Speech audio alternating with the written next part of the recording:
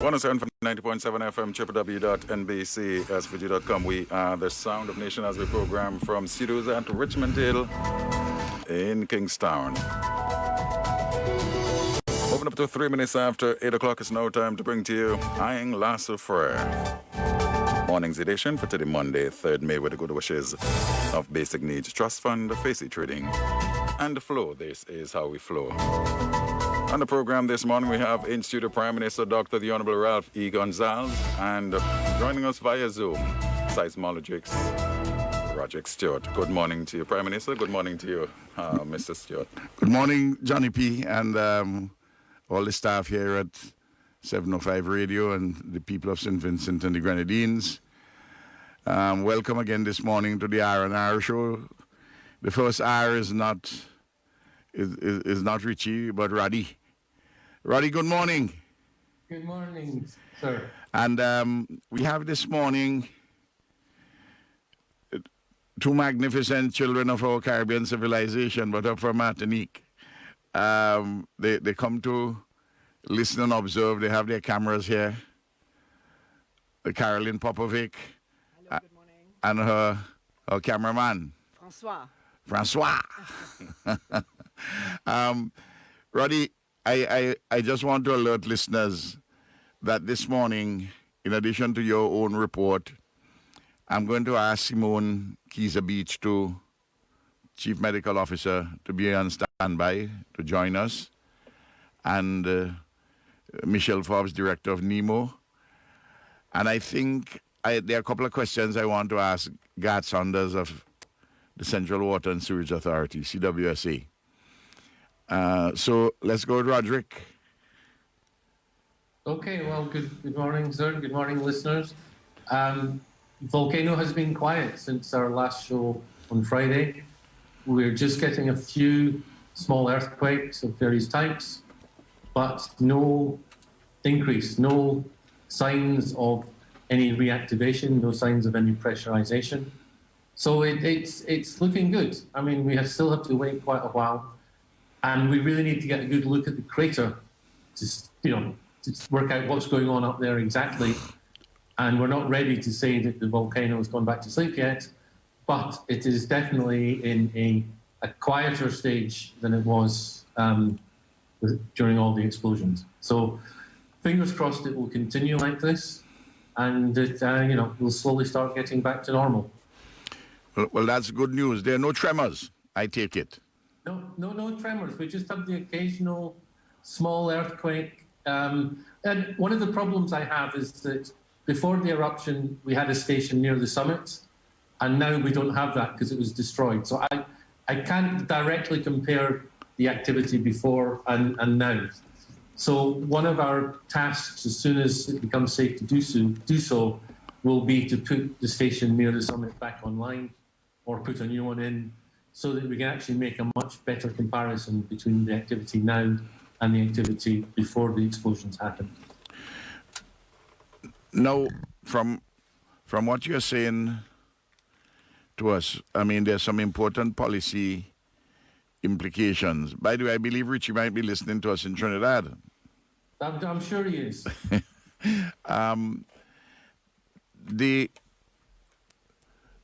Can persons in the orange zone, broadly speaking, safely go back? Yes, I think we're now at the stage where you can reoccupy the orange zone. People can go back, people can clear up. But that has to be qualified by saying that people should not be going into the red zone unless it's on official purposes and sanctioned by the government. We've seen videos online, we've seen posts on social media of people exploring in the red zone, people going hiking. And this is utter foolishness. The deposits that are up there are thick deposits, and they're really hot underneath. They may be cool on the surface, but they're hundreds of degrees, maybe only a few feet down. And you could sink into those deposits, and you'd suffer life-threatening burns. There are just so many hazards up there that can happen. So it is foolish for people to be in the red zone. So I think reoccupying the orange zone is good, but we need to ensure that people are not doing any activities in the red zone unless they are sanctioned by the government. Now, Richie, Roddy, in terms of the villages, because you and I may know red zone and orange zone and the like, but the people who are listening wants to know their particular villages or communities. For instance, on the eastern side, north of the Munjong River, which includes the Georgetown area, is it, though Georgetown is in the red zone? Yeah, Georgetown is in the red zone. Is that safe to go back? Is that safe to go back to?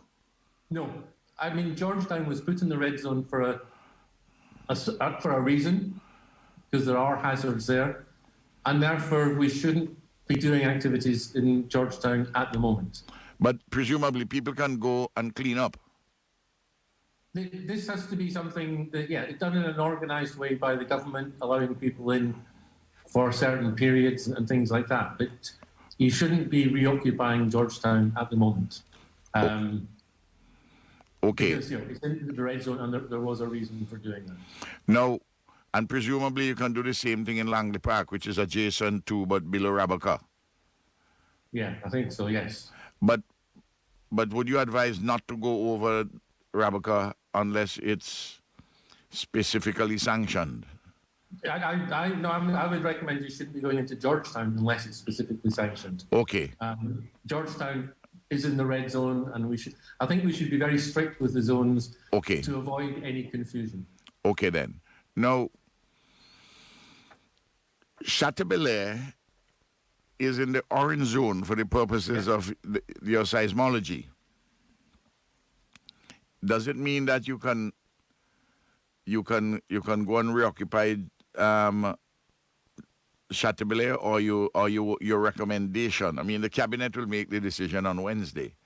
Yeah. But would you advise that where Chateaubelair is, that we be more careful, even though it's in the red zone, even though it's in the orange zone? It's the orange zone. No, I think Chateaubelair and where is it? It's north of Chateaubelair. Petit Baudel. Sorry, south of Chateaubelair is Petit Baudel. North is Fitzhughes. Yeah, Fitzhughes is also in the orange zone, so they should be allowed to be reoccupied as well. Okay. If you're in the orange zone, you should be reoccupying. If you're in the red zone, not. Okay. It's just that I was thinking, if anything were to happen, I mean, though we have the port at Chateaubelair, by road, it's a rougher journey than getting out from from Georgetown, which is in the red zone. Indeed. But we're really thinking in terms of the type of activity that might arise. And, okay. We've learned now that the major hazard is lahars, and if heavy rain is coming, the weather forecast is for heavy rain, people should be wary of being anywhere near the volcano. Okay. But really, I think doing the reoccupation by the zones is the most logical, sensible, and the least confusing. So north of Fitzhughes, you stay away completely. Yeah. Northwest of Fitzhughes. Okay. Yes. Now, you said that you have seen videos of persons. Where have they been going? Okay, I need to access my phone, because you know what my memory is like. And you may not, because you're not from St. Vincent, you may not know it at the back of your hand like Richie. I know, but yes, okay. Okay, we have some images that show people have been in the upper parts of the Walliboo River. Of the Walliboo River. Yeah, the upper parts of the Walliboo is one, and there was the other one I saw a photo of was a waterfall. Some people had gone to visit a waterfall that's inside the red zone, which is no longer a waterfall, by the way.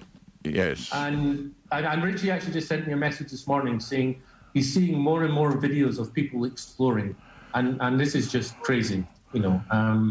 Well, we have to ask the Coast Guard because they're probably going by boat because we have. Yeah, you have your land patrols. Because so, we have the patrol by sea also, but it may well be that a few sturdy souls who had remained up there decide to go and do some exploration. If they're hearing or their family is hearing, stay away from those areas. It's very dangerous. Yeah. Another place where people have been seeing is it called Bale 1? Wait, I didn't hear that. What did you say? Is it called Bale 1?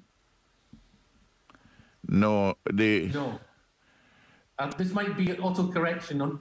Richie just texted Bale 1 to me, but... Oh, it might be talking about Balen. It probably is, okay? I think the phone has done its auto-correction thing. Yeah. Okay. All right then. Did you see any on your many screens which you have down there at Belmont Observatory? Did you see any lahas? No, over the weekend we might have had a couple of small ones, but they were really small. Okay. And you know, they wouldn't have damaged anything more than the previous ones did. But the next big rain that comes through, we're going to have to expect big lahars again. So people should keep checking the weather forecast. The government should keep checking the weather forecast, and we should keep checking it as well, because we could well have lots of more big lahars. So the major takeaway is that you would advise that persons in the orange zone to go back.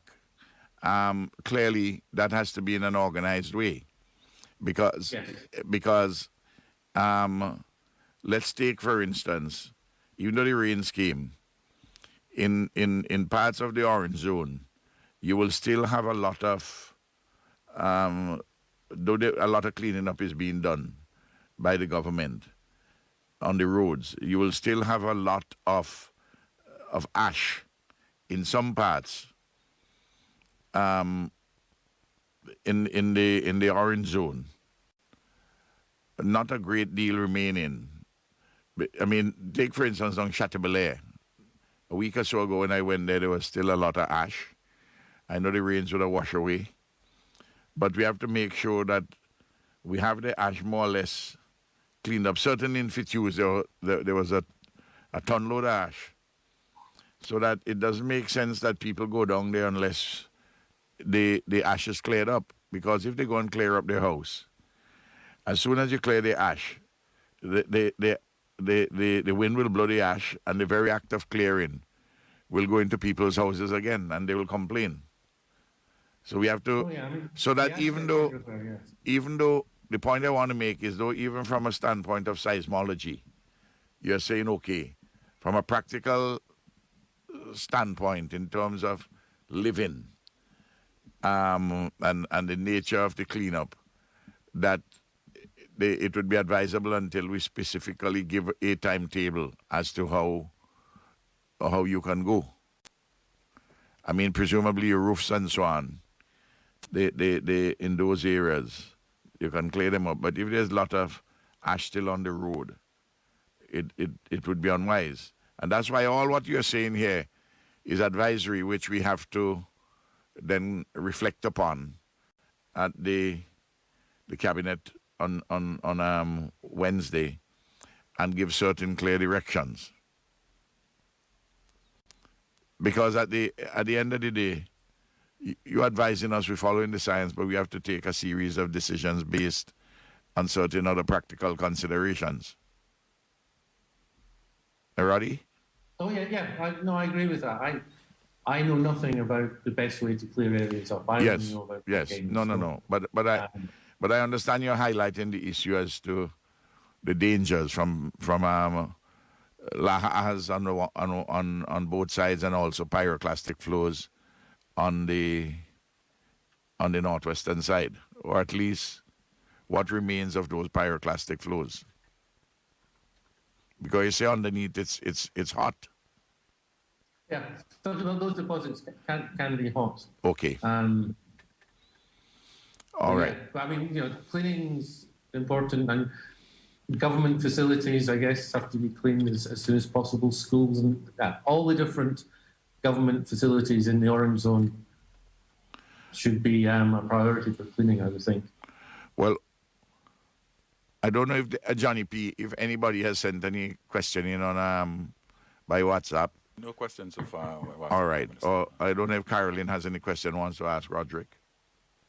I'd like to come and interview at the observatory.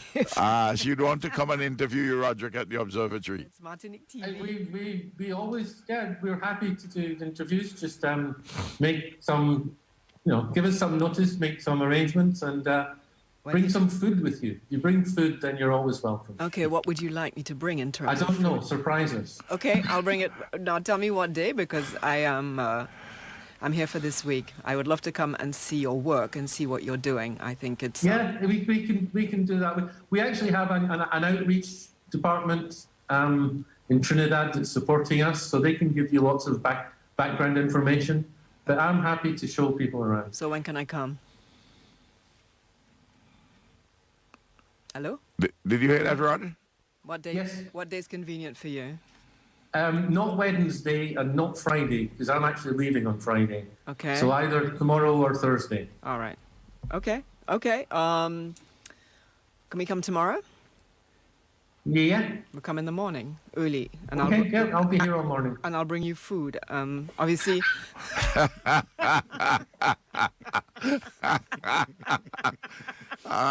Tell me what you don't eat. Rod, this sounds like a brunch date. It could well be. It could well be. Is there anything you don't... I've been living here now for 3 months. What job? And, the quality of the food has been going up and down. It's not bad at the moment, but there's been some rough times. So I'll organize you, don't worry. But just tell... any little treats will make me happy. Poor job, you make me feel so sorry for you. Thanks. Is there anything you don't eat? No. All right, cool. No. All We'll right. see. No problem. I'll see you tomorrow morning. Okay. Thank you very much. Thank you very much. Thank you very much, Rod. Okay. No. See you later. Bye. I am, well, Caroline, have you ever made such a public date on radio? Not in my recollection. Not in your... And certainly not with a volcanologist. A volcanologist, a seismologist. Definitely not. There's always a first, girl. No, that's why they tell me that this is the best show in town. All right. Anything can happen. Yes, including dates with seismologists. Yes. I wonder if Simone Keyser Beach, the chief medical officer, could come and talk to us, because there are a few things in relation to COVID. I was advised that we had 11 cases of COVID in the shelter at Bayaboo, following upon 5 cases a day or two earlier in Stubbs.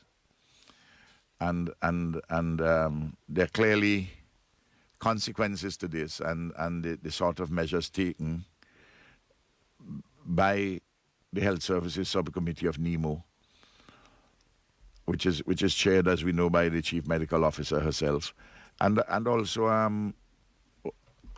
what is the essence of the protocols which have been circulated in relation to the shelters. Simone? Prime Minister, we have Simone. Good morning. Morning. Morning, Simone.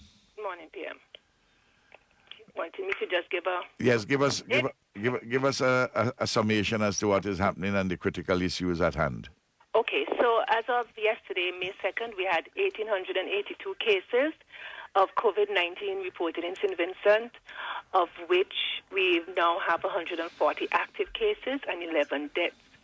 The last the last set of new cases were reported from Friday the 30th, and we had 18 cases, 18 of 192 samples, which gave us a positivity rate of 9.4%.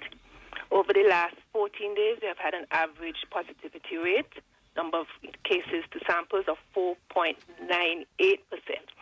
But April 30th, Friday, was particularly worrying because of those 18 cases, 16 were from shelters, and 14 were from 2 shelters, and 2 persons were in a private shelter, a private home that they were renting. And if we compare that to what was happening on the 27th, just 3 days before, we had only reported 11 cases in shelters. So in 3 days, we went from 11 to 32 total cases in shelters.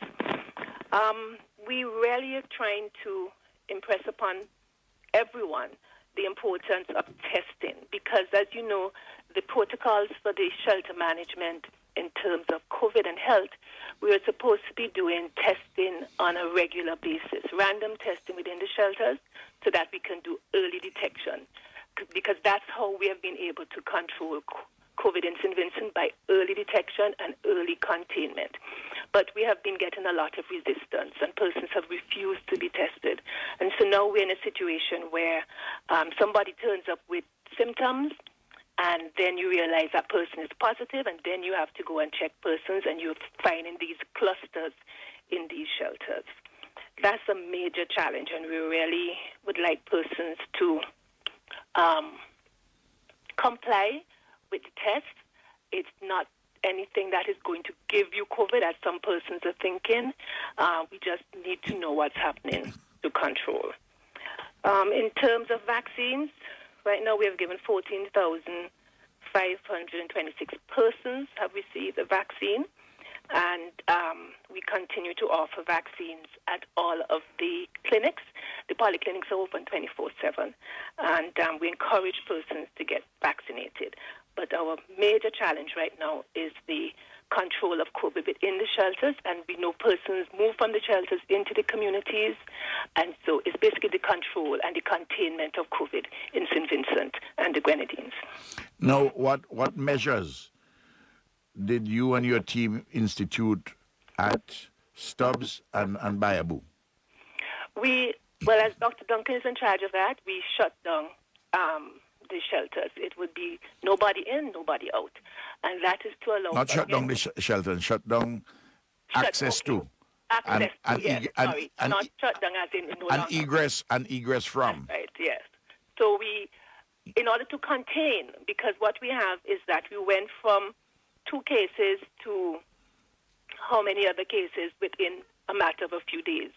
And that is because we're not able to test as much, and also because, as you know, if you test today and I'm negative, you might be still positive, and when we come back and test you after 5 days, you then show up as positive. So that's what we have done. We have instituted areas of quarantine, areas of isolation, and testing in a 5-day cycle to pick up new positives.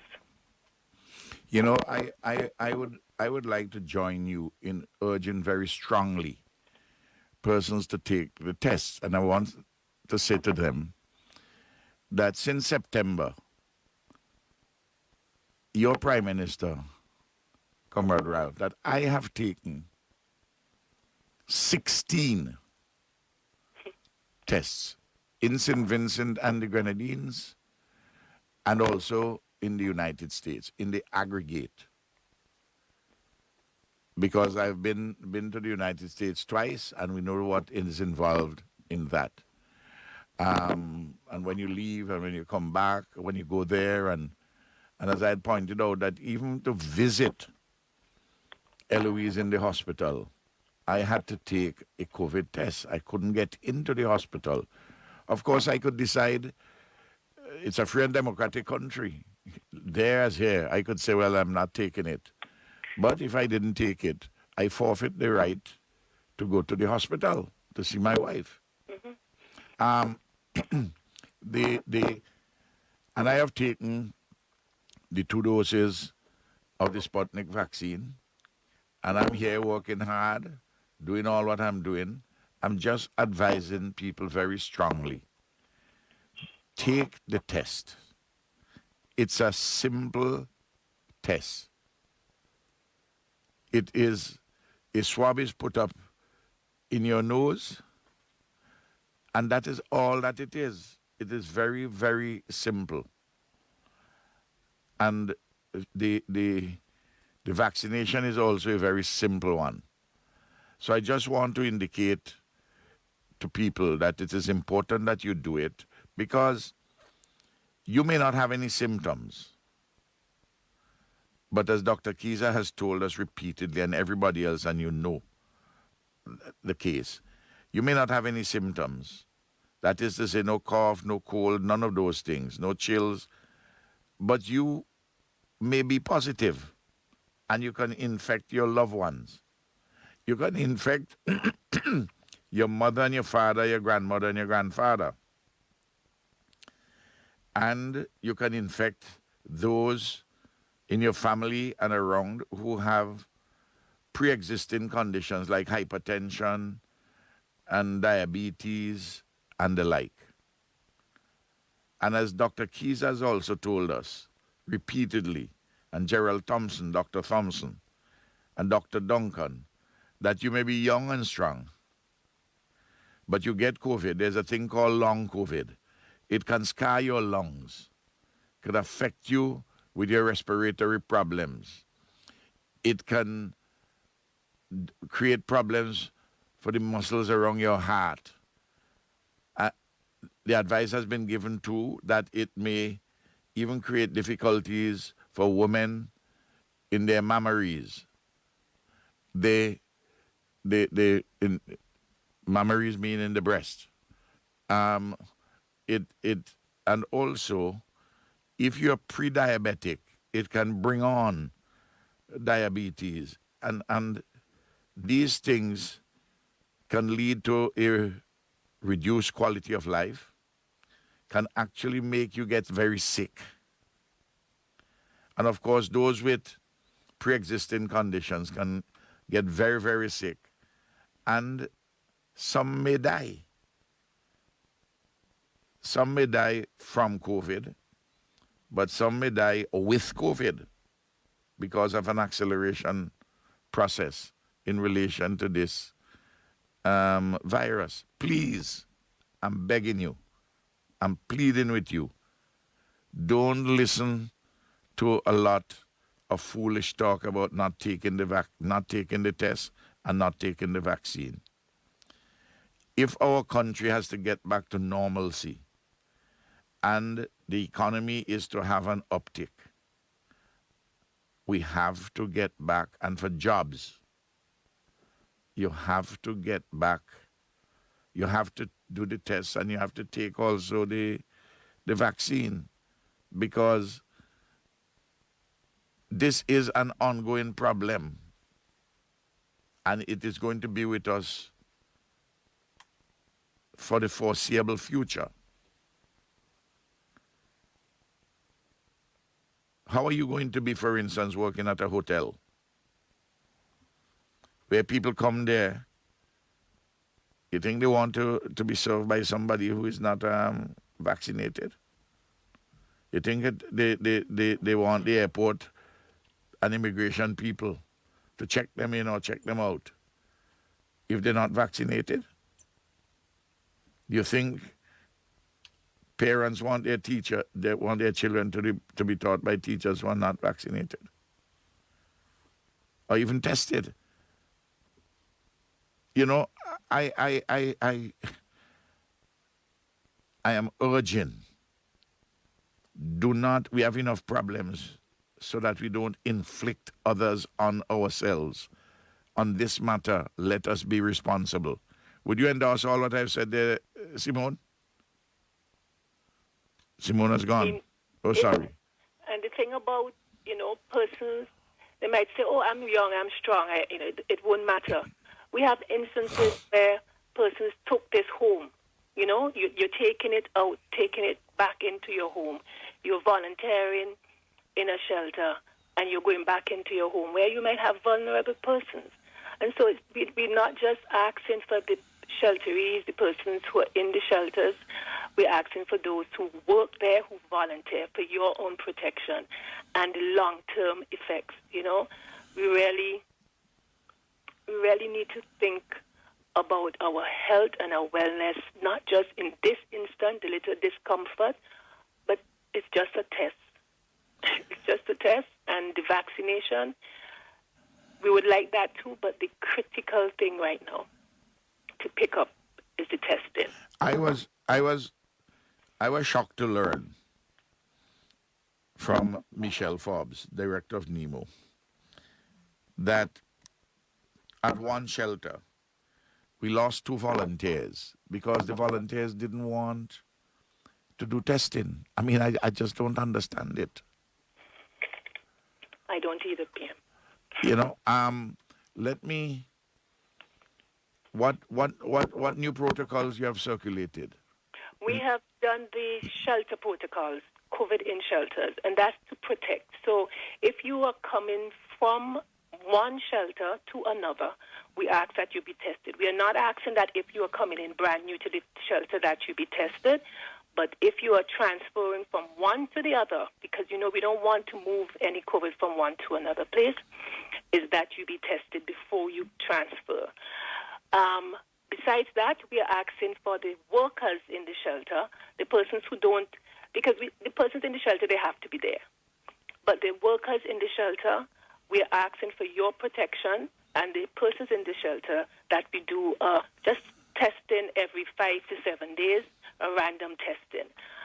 That would allow for us to, you know, pick up pretty quickly, both in terms of persons being exposed in the shelter and persons taking it home. Once we find a positive person in a shelter, the protocols talk about how you quickly isolate that person, move them out if possible, and you continue testing their close contacts. One good thing about the way in which the shelters are managed is that families are kept within one room, or, you know, they're kept together. So that is going to decrease the spread. But we're also asking about the use of masks and the hand sanitizing. And there is a set protocol in terms of testing, keeping people contained so that there's no further spread whenever somebody turns up positive in a shelter. Do you know of any case that their shelterees who you asked to be tested, refused to be tested, and decided that they're going to leave? Yes, we have had persons who have refused and are not willing to and leave the facility. But it's not, as I understand what you're saying, you're strongly urging people to do it. It's not mandatory. No. And you're not telling them if they don't take it, they must leave. But no, we're not. But when you ask them and they say, "Listen, I'm not taking any," I go in. Well, the thing about it is what we can do, we are allowed to do in terms of the medical officer's order, which is a quarantine order, yes, which allows for us to enforce with the police. If we serve you that and you breach that, we can then refer you to be charged. We don't want to have to go there, but we can go there. So that is allowed. What? That is available. So we as always, we use the law as a shield and not as a sword. You're right. Right. All right. Now, I saw. Well, I didn't see it. It was drawn to my attention that one news outlet said that the headline that that SVG has ordered 50,000 doses, 50,000 treatments of Sputnik, and then, but in the story it says that I said that we are on the verge of getting them. Well, I never said that they had been ordered. All you had to put in the headline what I actually said, because I had also said that we are looking at the agreement, the draft agreement which had been sent. Yes. I believe you have received advice from the Solicitor General at the Attorney General's office on the agreement. Yes, PM. So we have to. And you have some clarifications to seek. Yes, from the sellers. Yes. So we have to move on that. We'll get the clarifications in terms of the contract, and then that will be considered again. Okay. All right. So that you're in the process of reviewing the agreement and to send to them seeking certain clarifications. Yes, And then you will make the final decision in respect of the ordering. definitely. Okay, I just wanted to have that clarified because there have been a lot of shorthand quoting and misrepresentations. Sometimes innocently, but sometimes it's just sloppy professional work. Sometimes. Yes. PM, just one other thing I wanted to clarify. There's some pictures going around on Facebook about persons having died from a COVID vaccine. We have had no person in St. Vincent and the Grenadines dying from a COVID vaccine. As we have said from the beginning, if you can die from other things, the COVID vaccine only reduces your likelihood of being infected with the COVID and more so developing COVID-19. But we have had no deaths in St. Vincent and the Grenadines due to the COVID vaccination. I don't know why people decide that they do these things. I mean, it is just, we have enough problems. We have enough challenges. And they try to inflict these other burdens with misinformation, disinformation, lies, fake news, malicious commentaries and reporting. I mean, they must stop it.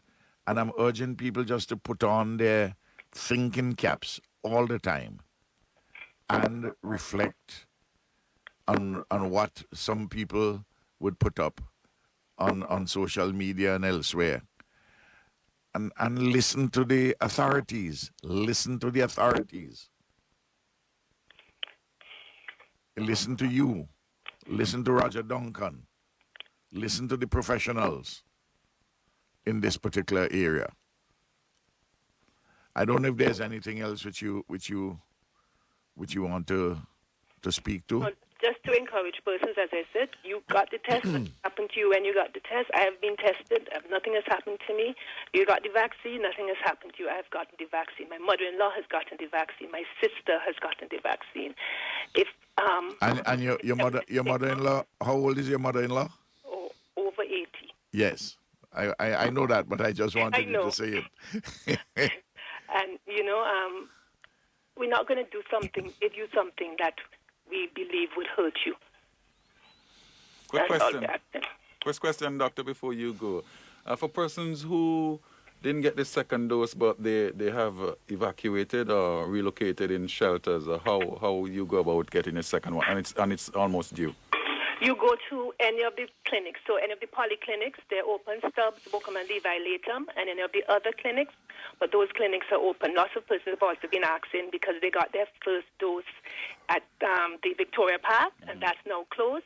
So you can go to any clinic. Even if you got the vaccine at, say, Georgetown, you can go to Stubbs, you can go to Bookham, Kingstown, and you can get your second dose.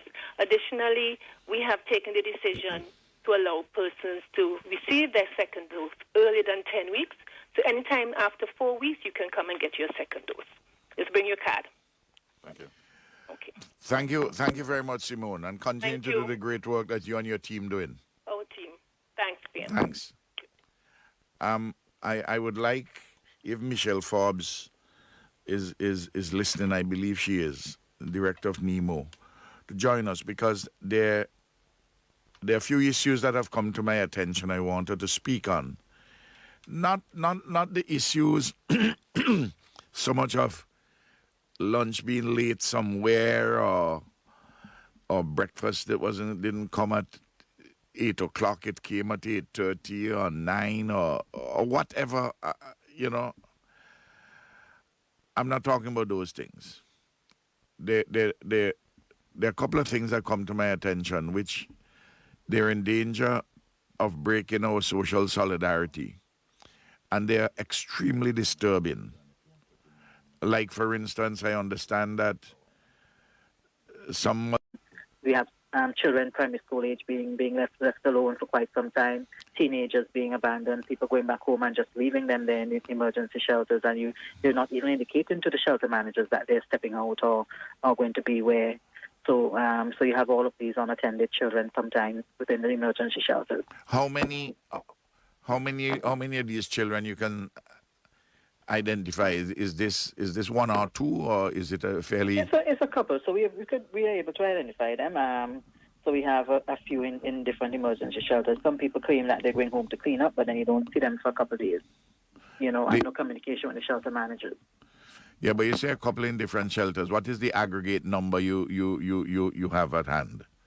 We have about 50. I think about 50, and we will 50? 50. Yeah. So both teenagers and young children. Gee whiz. Well, we have to appeal to the caring instincts of our people. You can't leave your elderly folk like that. Be honest with the people in the shelters. Go and talk to them and say, listen, my home is in such a situation. I am not able to take them right now, take them back. Can you help me for the moment? I will come and visit. And let them come and visit on a daily basis and help to take care of their people too, even while you have home helpers and in the medical persons. And this idea of abandoning your children, or at least just leaving them and don't say anything. No, man. No. We got to do better than this. We have to hold the social solidarity together in the family and in the community and the society at large. Please. I mean, you those of you who are strong. What's that noise? It's a phone ringing. Sorry about that. It's another phone in Yeah, another phone ringing. Another phone where? Probably in At Nemo? By me, yeah. Oh, I see. All right. What? I'm just appealing to persons. You know what you have to do. You know it is wrong to leave your elderly like that at the mercy of other people. Even though people are helping to take care of them, you can't also abandon your children. I mean, come on. Please. Let's do this thing. We are a good and civilized people. Let us do it properly, man. We have enough challenges already. All of us are together in this thing. What from a management standpoint, what has been the challenge? Simone Keyser Beach reported the problem at two shelters. Mm-hmm. What with COVID? What are the management problems you have in dealing with these cases? In one case, there's many as 13, I think. In another one, 5 or 6. Some of the challenges we have, persons don't want to be tested at all, even though they have been close contact of those who have been positive. They don't want to be tested. And they actually, yesterday, we almost had a bit of unrest in the two shelters. People want to pack up and go home because of they don't want to be subject to being confined to their individual space within the emergency shelter. So we can see that continuing because persons want to move about, even though they should be restricted until they're tested and until they, we show that they do not have the virus. But they can't have it. They can't have it the several ways. I mean, you have to stay within the space which you have been allocated for the benefit of the other persons. Yes, but the shelter managers have made arrangements so that they can actually deliver stuff to the persons who are in quarantine within the shelters to avoid any mixing. But we're having some resistance from some of the persons. I wouldn't say all. We're having some resistance. Okay, now Roderick Stewart, the seismologist. I don't know if you heard him this morning, or if you spoke to him this morning yet. Mm-hmm. And he's suggesting that persons can go back into the orange zone, not only to clean up, but to live. That would mean on the northeastern side, from below Montjong Bridge, that includes Chester, Byra, Mangrove, Gauze, Connery, Park Hill, South Rivers, Bellevue, that whole area, persons can go back. Yes, yes. And he said on the northwestern side, he said that Chateaubriand and Fitzhughes are in the orange zone, and they can also go back, clean up, and stay there. But from a practical standpoint, with a lot of ash still down in Chateaubriand and Fitzhughes, that may be problematic for persons actually to be where the cleaning up isn't complete yet. I wouldn't recommend Chateaubriand and Fitzhughes yet, at least not the bottom part of Chateaubriand and Fitzhughes just yet. But definitely the other areas in the yellow and the orange zone, those persons can return. So you would say that persons beyond Belial, that northwest, that is to say Garden Yard, Spring Village, Charles Hill Village, Coles Hill, Chumuka, Rose Hall, Rosebank, Petit Bodel, and as you said, the top part of Chateaubriand. Yes. All right. Well, we'll have to make a decision on that at cabinet, and I want persons to know that what we are doing here is let them understand how the decision making goes. One of the things I want to find out from Garth, now that you're at this stage, and if he's listening, he can always call in and tell us what is the water situation in Chateau, in Fitzhughes, if persons if they're preparatory steps to go back, and similarly the water situation. Well, we know the water situation from Chester coming down. It's back. Though Chester is on the Perseverance system, I believe that they have water because the systems are interconnected. Perseverance and Jennings. But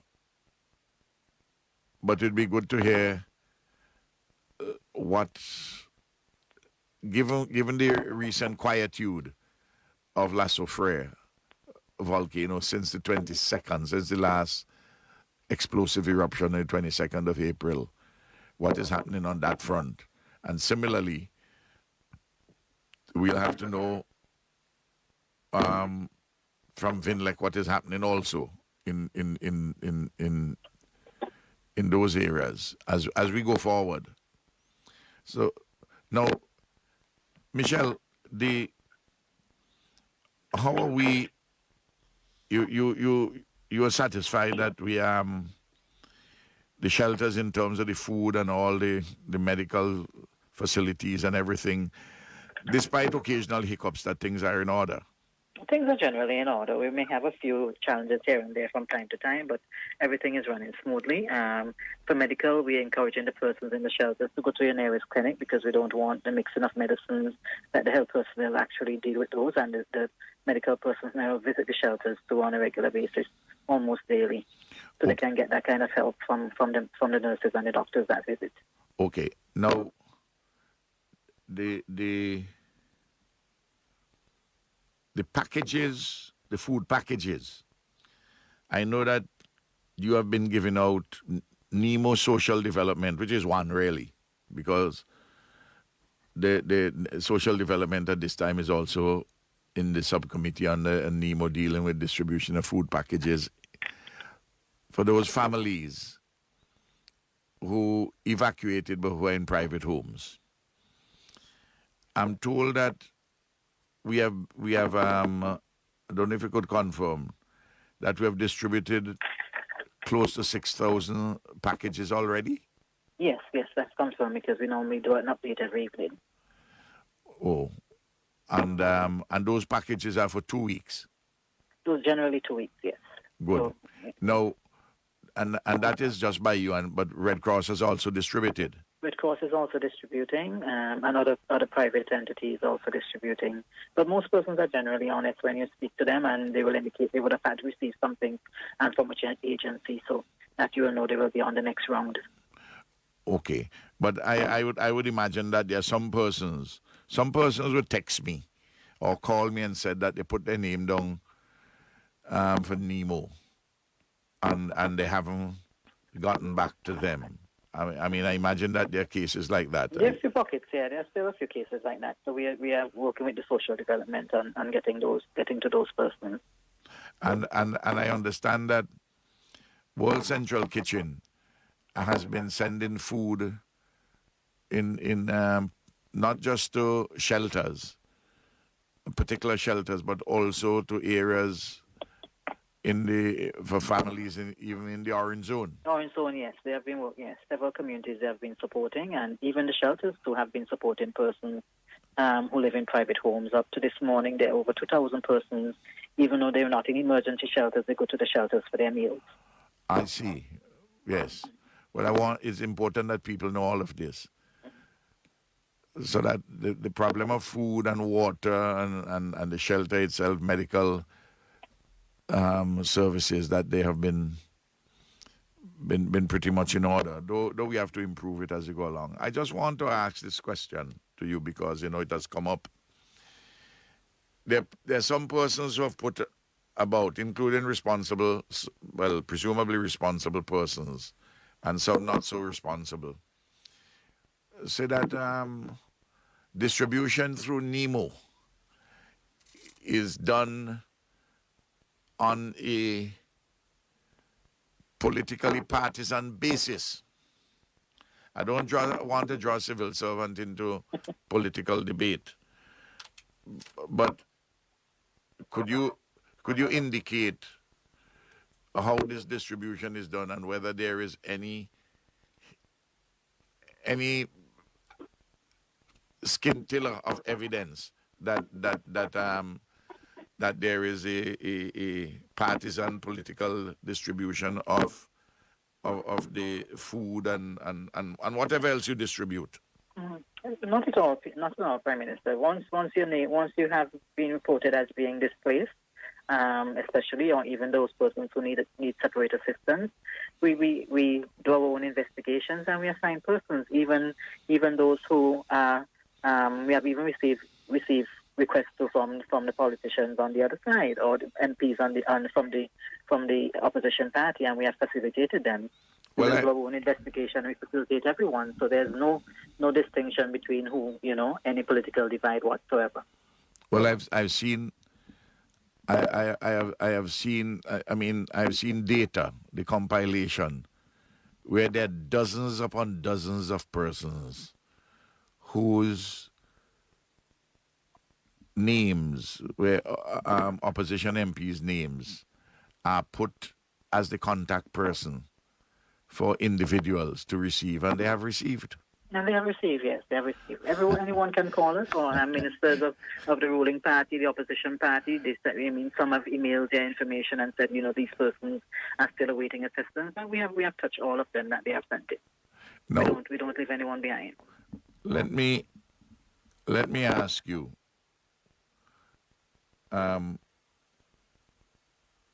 Have I or any minister of government, I never asked this question before, so I don't know what answer you're going to give me,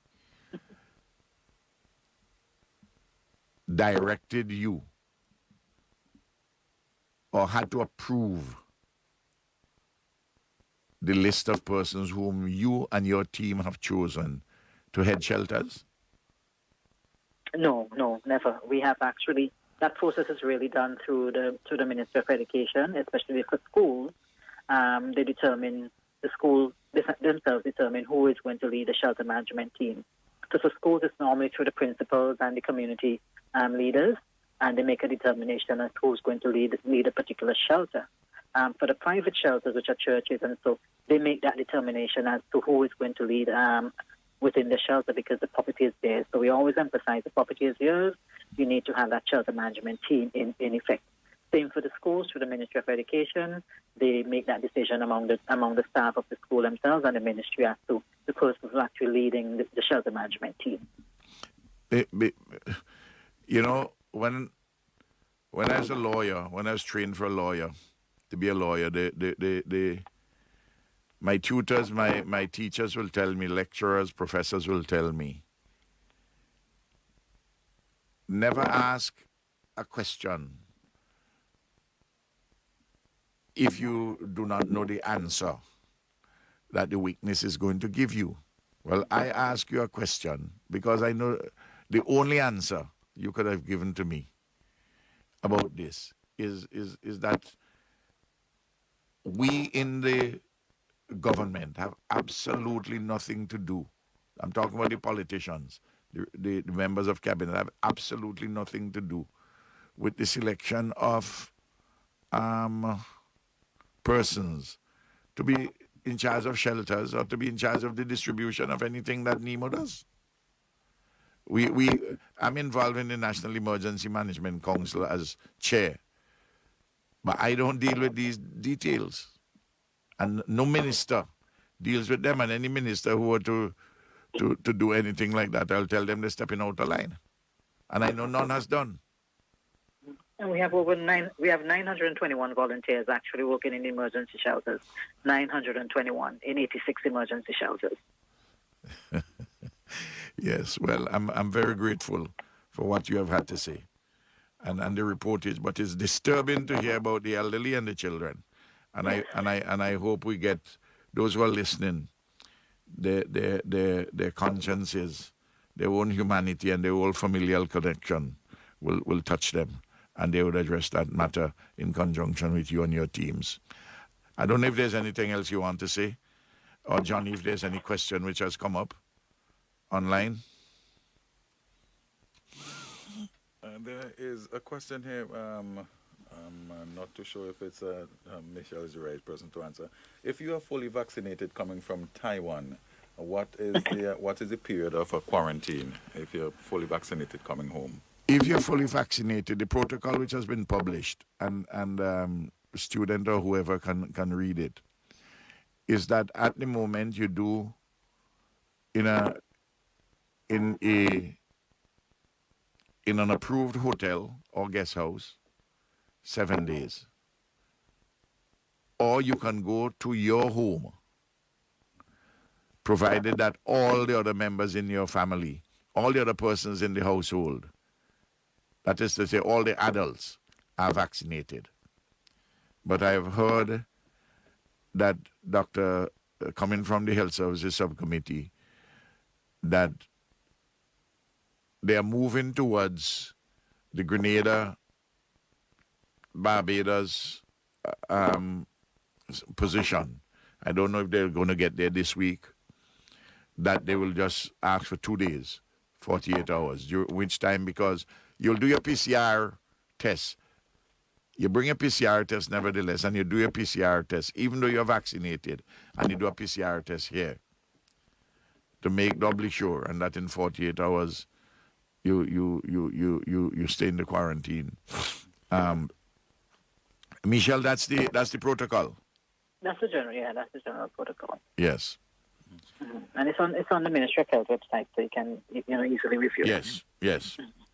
I know we are waiting on Garth Saunders. We'll probably contact him in a short while, but there's a question here concerning if the water will be turned on in the orange zone for persons who would go back to clean. Well, the orange in the orange zone on the eastern side, northeastern side, I know the water is on.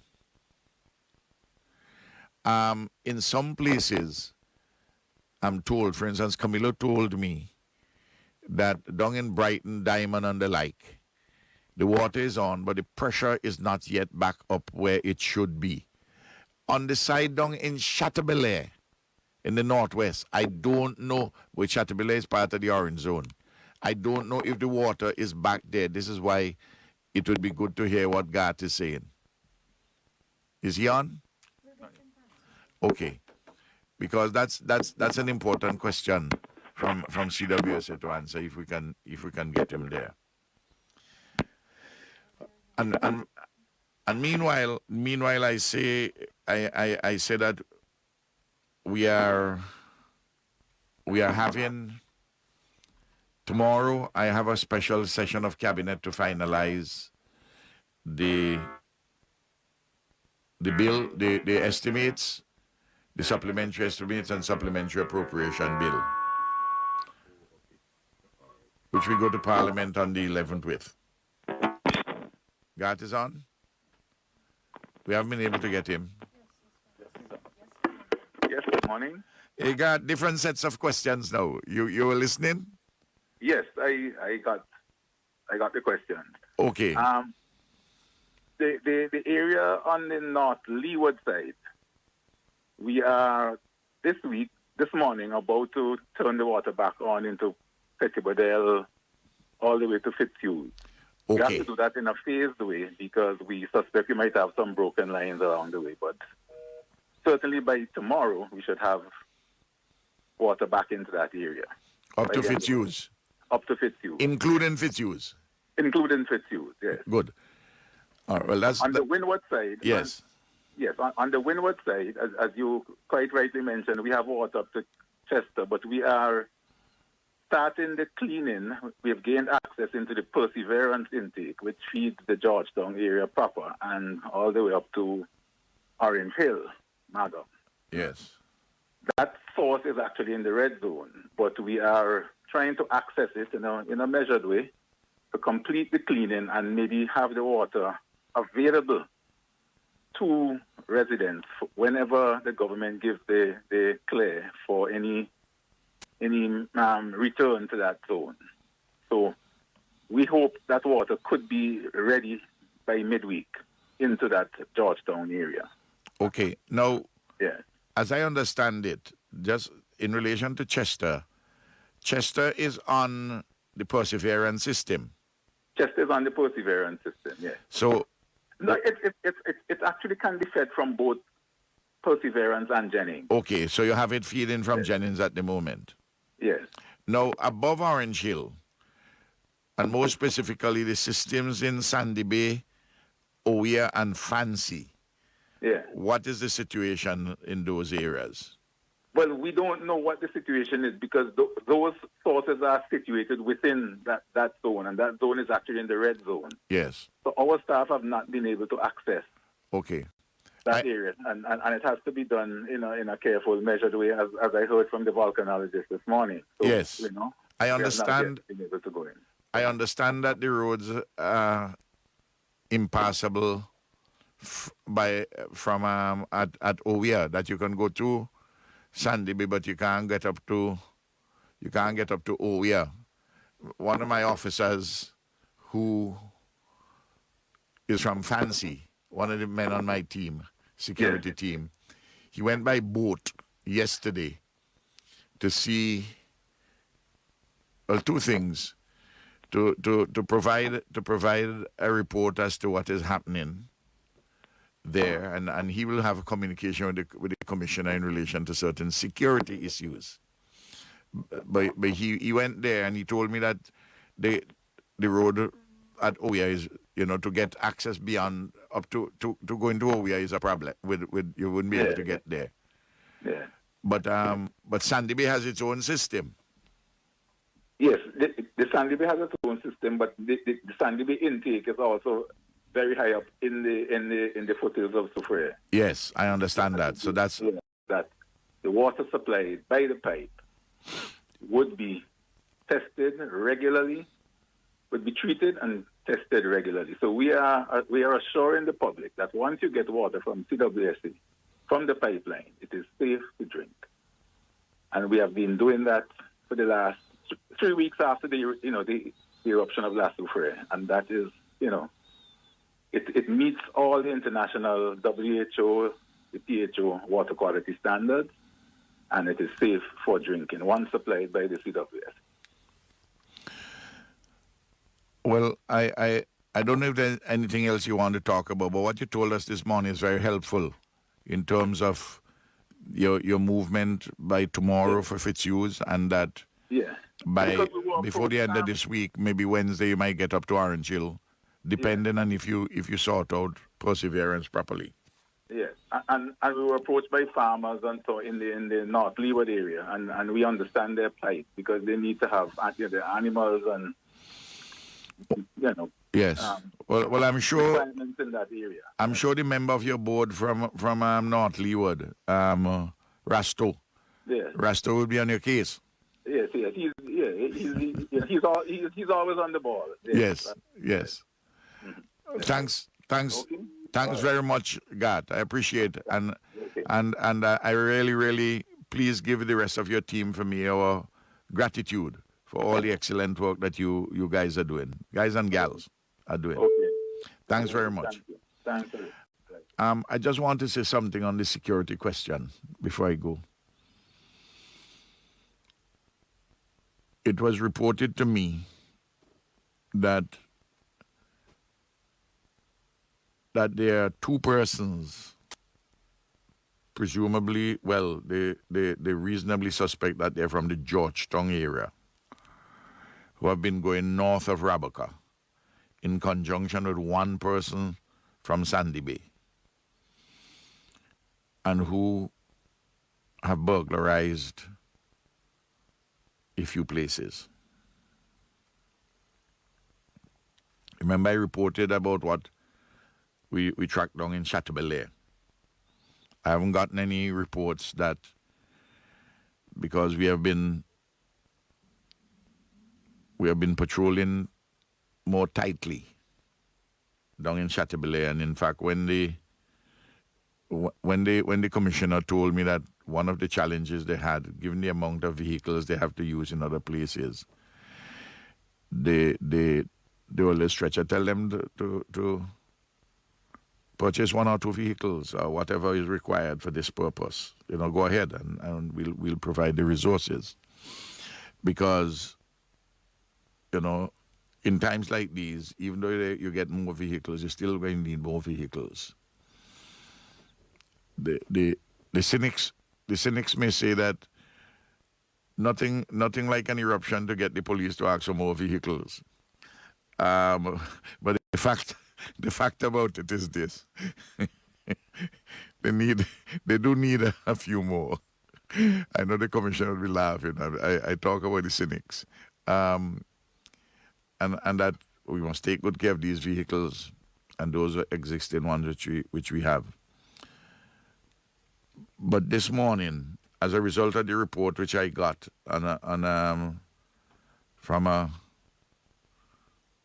somebody from the security forces who went up, there's some particular matters I will discuss with the commissioner. Unfortunately, I got that report after I had my morning consultation with him on the security situation, which he reported as being stable. But this particular pocket of burglaries is of concern to me, and we had to do something. I mean, it's clearly more problematic to go into the red zone, but there are things which we can do. There are a few things which we can still do, including taking personal. Well, there are a few things which we can still do. Let me just say that. So despite all the restrictions and all the danger and the threats and the like from Lahars and so forth. And just to say to everyone, I continue to do all that is required to be done to deal with the coordination, and we are working on we have a meeting tomorrow, as I say, a special meeting of cabinet I called, so that I can finalize the supplementary estimate and supplementary appropriation bill and have everything in order to be circulated to all members of parliament, and to have next week, Monday, the select committee of the finance committee, which is the select committee of the whole house. And on Tuesday we do the debate on the supplementary estimates and the appropriation bill. And we should be getting this week a an up-to-date